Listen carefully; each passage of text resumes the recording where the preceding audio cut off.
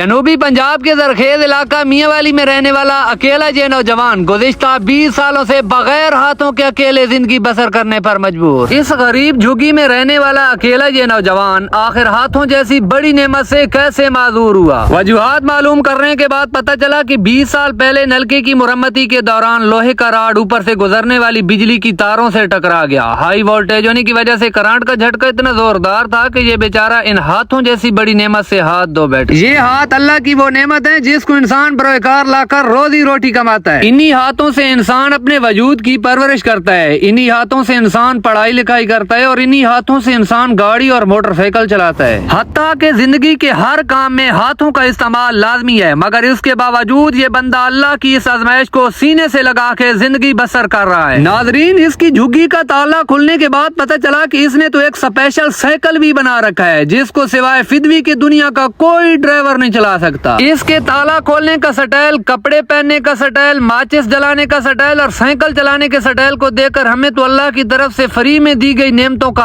احساس پیدا ہونے لگا۔ لیکن آج کے دور میں اگر ہمارے پاس کوئی اچھی گاڑی آ جائے، ہمیں کوئی اچھا موبائل مل جائے یا ہمیں کوئی اچھی جاب مل جائے تو ہم سوچتے ہیں کہ اب ہماری زندگی آسان ہو گئی۔ لیکن یہ گاڑیاں، یہ موبائل اور یہ کمائیاں بھی تو تب ہوتی ہیں جب آپ کے ہاتھ ہو گئے، بغیر ہاتھوں کے تو گاڑیاں اور موبائل نہیں چلتے۔ عالم مختصر، یہ بندہ ان ہاتھوں کی محرومیت کی وجہ سے زندگی کے کئی لطف اندوز لمحات کھو چکا ہے۔ اس کے چہرے کی مسکراہٹ میں چھپی ایک لمبی داستان ناظرین سے امداد کی اپیل کر رہی ہے۔ جس کسی کو بھی رب ذوالجلال نے اتنی توفیق دی ہوئی ہے کہ وہ غریبوں کی امداد کر سکتے تو نیچے دیا گیا ایڈریس نوٹ کر لے، کبھی ہمارے ہاں چکر لگائے۔ MZK نیوز ٹیم ہر محاذ پر آپ کی شانہ بشانہ رہے گی۔